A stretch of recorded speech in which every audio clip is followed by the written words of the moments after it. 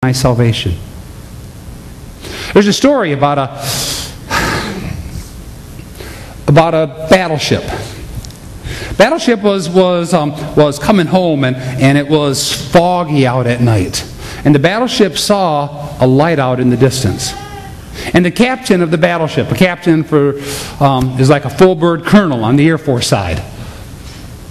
A captain in the Navy, he said to his individual, signal that other light and tell them to turn 20 degrees to the right. So they did the signal, and they did the message out, and they got a message back that said, you turn 20 degrees to the right. Captain was like, what's he talking about? He said, signal back. This is the captain speaking. I'm an 06 in the military. You turn 20 degrees to the right. And the signal came back. I'm a seaman second class. You turn 20 degrees to the right. Whew. The captain's furious. He's like, I'm in control of this ship that has 5,000 men and women on it. We are the biggest ship. The battleships, or the cruisers, are the biggest ones in the Navy. I'm the boss. He sends back and says, I'm a battleship. You turn 20 degrees to the right. The signal comes back and says, I'm a lighthouse. You decide.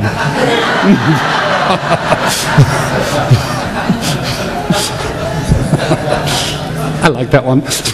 I'm a lighthouse. You decide. Isn't that the way we live our life, though? We want to say to God, we want it our way. God says, no, wait a minute. I am the light of the world. That light, my light, is going to give you direction. My light is going to give you direction. But you need to follow my light. Last idea. We are called to reflect the light. Jesus says, you are the light of the world. A city that's set on a hill cannot be hidden. Neither do people light a lamp and put it under a bowl. Instead, they put it on a stand, which gives light to everyone in the house. In the same way, let your light shine before men and women, that they may see your good deeds and praise your Father in heaven. About 7-8 years ago, I was able to, 6 years ago, able to take my older kids to Europe on a trip, and we went down to Spain. And my sister and brother-in-law, he is a Navy chaplain, they were down in Rota, Spain, southern part of Spain. And one of the really exciting things that we did down there was went to these cities that were on hills. It was amazing. I've never really seen that before.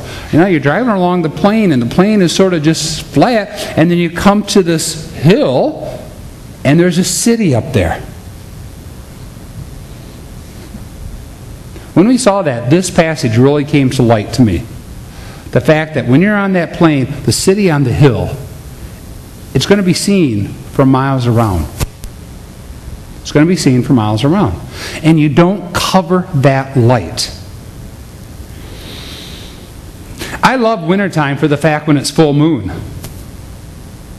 When it's a full moon and there's snow on the ground and you go outdoors and it is bright, isn't it? And that light is being reflected off the moon and it's off the snow and it is awesome. But that light is not the moon's light, is it? It's the sun's light.